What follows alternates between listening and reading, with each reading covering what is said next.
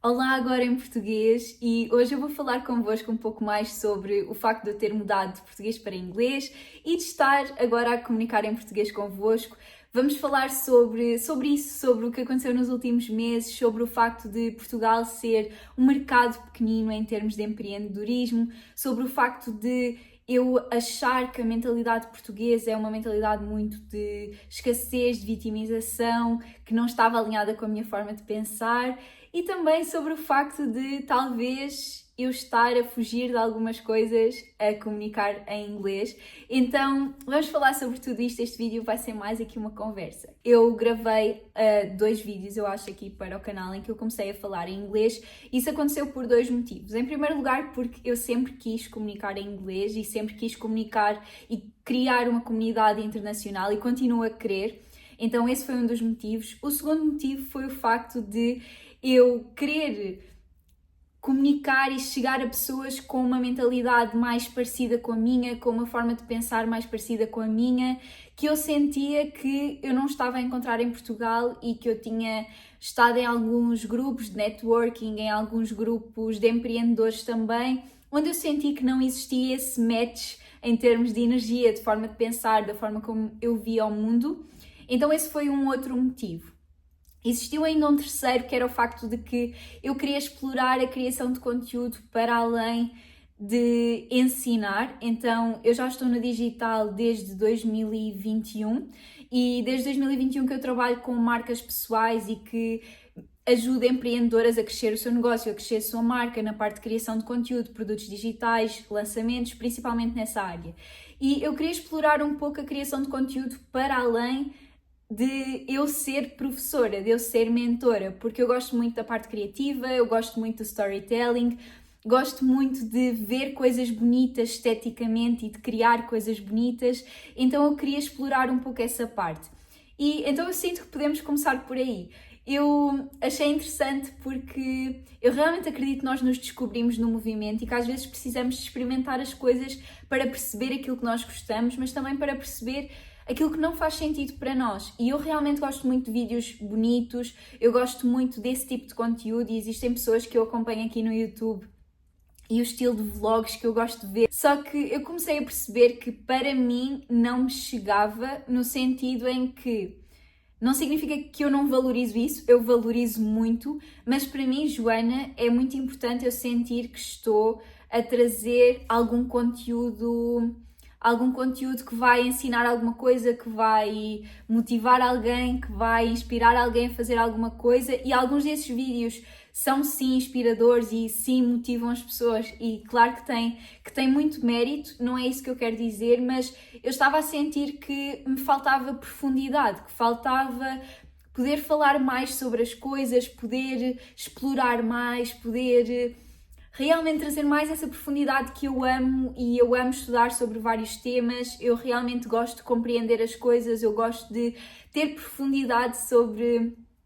aquilo que eu falo, então de certa forma estar a criar conteúdo onde eu sentia que não ia ter essa profundidade, porque o objetivo não era esse, não é? Então se eu fizesse um vlog em que eu falava mais da minha rotina, que eu falava de alguma viagem, eu também por momentos pensei, ok, eu quero partilhar mais sobre as minhas viagens, só que aqueles conteúdos de recomendação de restaurantes ou de recomendação de lugares para visitar, de certa forma eu gostava de partilhar isso até, e até gosto de partilhar isso nos stories, mas é algo que eu sinto que não me preenche, é algo que eu sinto que, ok, eu gosto de partilhar com amigos onde fui, gosto de partilhar boas recomendações, mas não é algo que me preencha. Aquilo que realmente faz o meu coração vibrar e os meus olhos brilharem não é esse tipo de conteúdo, não é esse tipo de comunicação. Então,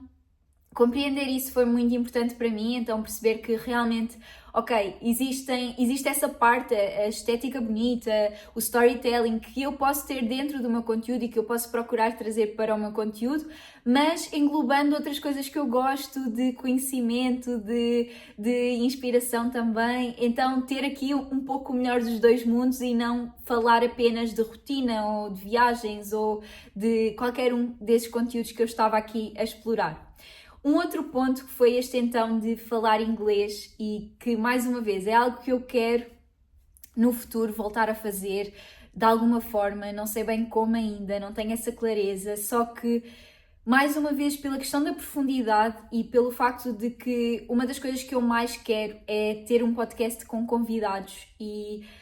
poder comunicar e comunicar cada vez mais. Eu descobri muito este ano que não há volta a dar, realmente comunicar é aquilo que eu mais gosto, eu adoro fazer palestras em eventos presenciais, eu adoro comunicar e é algo que eu quero tornar-me realmente boa a fazer, então é algo que eu quero muito ter na minha vida e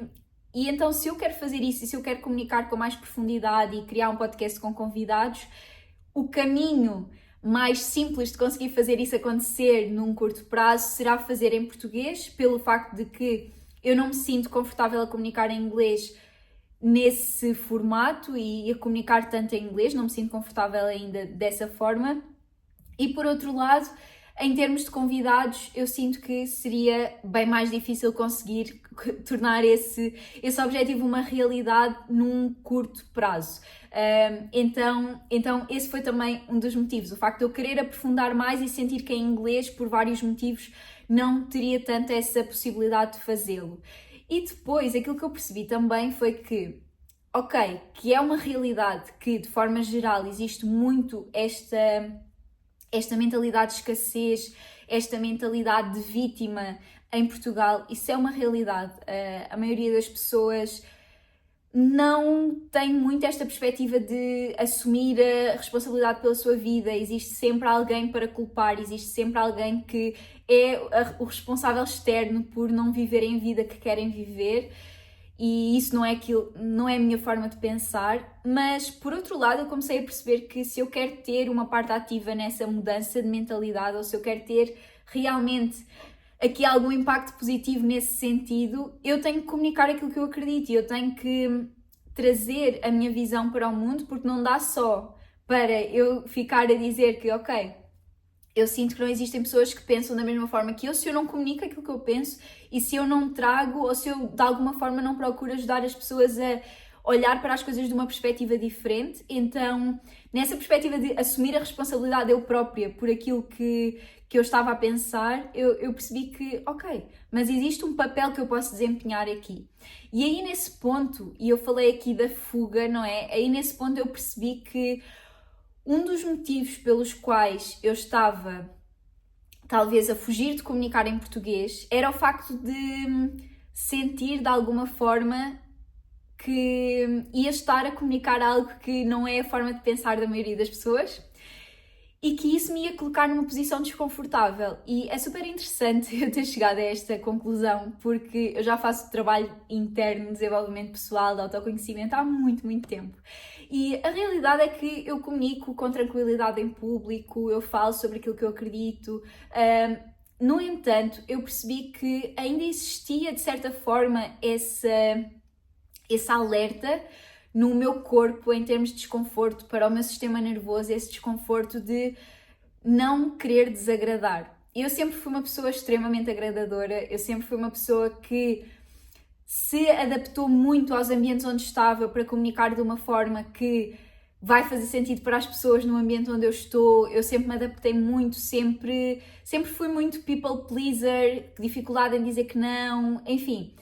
E eu achava que de certa forma já tinha ultrapassado a maioria disso na minha vida, mas eu percebi que ainda existia esse desconforto de comunicar realmente aquilo que eu acredito dentro do digital de uma forma mais bold, realmente de uma forma que chega a mais pessoas, de uma forma que seja mais posicionada, porque aquilo que eu fui fazendo ao longo dos anos foi muito assim, só pelos stories, pelas pessoas que já me acompanhavam por ali. E então fui percebendo isto, porque estando também ao longo deste ano eu acabei por estar em ambientes um bocadinho diferentes, com pessoas que eu estava a conhecer pela primeira vez, conheci muitas pessoas novas, principalmente conectado com o desporto, e eu comecei a perceber que existiam muitas pessoas que pensam de uma forma diferente da minha e eu comecei a perceber esse meu desconforto de ok, se calhar se eu me posicionar mais e se eu falar mais aquilo que eu acredito, aquilo que faz sentido para mim, estas pessoas, e não só aquelas, mas no geral, vão realmente existir muitas pessoas que se vão afastar por não compreenderem a minha forma de pensar, por não concordarem, por não lhes fazer sentido. E por um lado, isso conscientemente é ok, porque conscientemente eu sei que as pessoas que não faz sentido estarem na tua vida não vão estar, e eu tenho, por exemplo, amigas que têm visões completamente diferentes da minha, em termos políticos, por exemplo, em termos financeiros, têm visões completamente diferentes da minha e são minhas amigas assim de coração há anos, então não é por isso que deixámos de ser amigas. Então conscientemente eu sei que essa parte não vai fazer com que eu afaste as pessoas que são importantes à minha volta, obviamente, mas por outro lado eu percebi que existia esse medo de certa forma e sabem, quando por um lado nós queremos crescer, mas por outro nós temos medo desse crescimento, temos medo do sucesso. Isto às vezes pode parecer ridículo ter medo do sucesso, mas a verdade é que crescer muito significa também ter capacidade para lidar com eventuais comentários negativos, capacidade para lidar com muitas críticas, capacidade para lidar com muitos julgamentos, capacidade para lidar com ridicularização daquilo que tu estás a dizer, pessoas que não vão compreender. Então eu sinto que isso, por exemplo, vou dar aqui um exemplo. Eu falei há pouco tempo nos stories sobre a parte mais energética e a importância do trabalho interno quando nós falamos da questão dinheiro, porque eu acredito que não basta só ter um planner financeiro, etc. Eu trabalho com muitas empreendedoras que evitam olhar para a parte financeira, para a organização financeira, têm pânico quase de abrir a conta bancária, não fazem controle de custos, de dinheiro que entra, não fazem nada disso. Não é só por não saberem mexer no Excel ou por não saberem gerir o dinheiro, é realmente porque aquilo lhes dá uma ansiedade gigante, e existem muitas outras camadas por trás disso que não têm só a ver com a parte prática da organização. E eu falei sobre isso e eu tive uma pessoa a reagir dessa forma, meio a ridicularizar por ser algo, ok, é só dinheiro, é só gerir, são números. Alguém que, um homem obviamente, digo obviamente porque de forma geral são pessoas que não têm, os homens não têm tanto esta visão emocional das coisas. Claro que existem alguns que têm, então só aqui generalizando, mas foi uma pessoa que estudou economia ou algo do género que reagiu dessa forma, meio a ridicularizar que aquilo não fazia sentido. E aí eu percebi que, ok, é isto, vão existir pessoas que realmente não vão concordar, e isso faz parte de ter um posicionamento no digital. E eu utilizei uma vez numa aula sobre posicionamento a frase água morna nem para fazer chá serve, porque é sobre isso. Quando nós somos mornos em termos de posicionamento, nós dificilmente vamos criar algum impacto, dificilmente vamos conseguir chegar a mais pessoas que se identifiquem connosco, porque estamos só ali a comunicar aquilo que é mais ou menos aceitável. Então isso foi uma grande aprendizagem para mim ao longo destes meses, de perceber que eu quero ser mais bold naquilo que eu acredito. Eu quero comunicar realmente de uma forma mais confiante aquilo que faz sentido para mim, aquilo que é a minha visão, aquilo que eu sinto que realmente é transformador, as aprendizagens que foram transformadoras para mim ao longo destes anos. E eu percebi que estar a comunicar em inglês era de certa forma uma forma de fugir desse desconforto, e então é algo que eu não quero fazer. Eu realmente quero evoluir enquanto pessoa, enquanto profissional, e eu sei que vão existir momentos desconfortáveis, eu sei que vão existir pessoas que não vão concordar comigo, eu sei que provavelmente vão existir pessoas que se vão afastar por existirem visões diferentes daquelas que eu tenho, e isso faz parte da vida, não é? E isso faz parte também daquilo que eu ensino. Então chegar a essa conclusão fez-me perceber que, ok, é a altura de eu olhar para isto e realmente enfrentar isso, porque eu quero caminhar, não me estou a lembrar da expressão em português, mas é walk the talk, não é? Fazer o caminho que eu prego, que eu digo, que eu incentivo a fazer, a ser feito, e eu quero isso, não é? Liderar, por exemplo. Então isso foi uma coisa que eu percebi. Isto dito, existe um outro ponto que era o ponto do mercado em Portugal, ou seja, existe também essa questão que é o facto de que em Portugal o potencial de escala de produtos digitais, por exemplo, é muito pequenino, principalmente se nós compararmos com o mercado internacional em inglês ou se compararmos até mesmo com o Brasil, e eu já trabalhei com várias pessoas no Brasil, tenho um projeto em parceria também com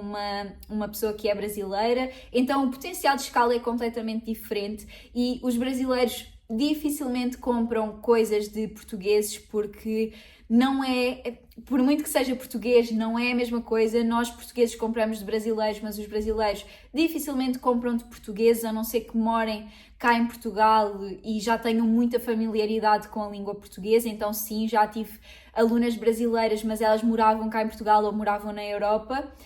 Caso contrário, muito dificilmente isso acontece, portanto não dá para pensar em língua portuguesa contabilizando o Brasil como potencial de escala em termos de produtos digitais, de ensino, de educação. E aqui existe um potencial de escala que realmente é mais baixinho e existe um poder de compra que também não é assim tão alto, então essa questão de mercado também era algo aqui a considerar quando eu estava aqui a pensar na língua inglesa. Mas, por outro lado, ainda existe tanta coisa que pode ser feita aqui, ainda existe tanta margem de crescimento, tanta margem de alcançar outras pessoas e tanta margem de chegar a pessoas que não fazem ideia quem eu sou e que até se vão conectar comigo. Então, é isso. A minha decisão de voltar aqui às bases, voltar às raízes, voltar ao português é por todos estes fatores. E provavelmente eu vou trazer aqui alguns conteúdos mais com este caráter educativo, mas misturando também esta parte de lifestyle. E se há algo que eu continuei apaixonada ao longo destes meses foi pelo desporto, e isso foi uma constante na minha vida. Então, aqueles objetivos que eu tinha no Dream Life Project de treinar com frequência, com consistência, eu treinei até mais do que aquilo que eu estava à espera. E para além de CrossFit, eu comecei a correr, eu odiava correr, eu dizia que odiava correr e agora já não digo isso, já não odeio correr. Inclusive vou fazer esta sexta-feira a minha terceira São Silvestre deste ano, ou seja, em dezembro eu vou correr mais do que eu corri eu vou fazer mais corridas do que eu fiz em toda a minha vida, portanto, até agora, portanto, isso é interessante. Por isso existem alguns updates também de desporto, existem alguns updates também do meu negócio e da minha vida, mas isso será para um próximo vídeo, mais estilo vlog. Espero que vocês me acompanhem aqui nesta nova fase e vemo-nos no próximo vídeo.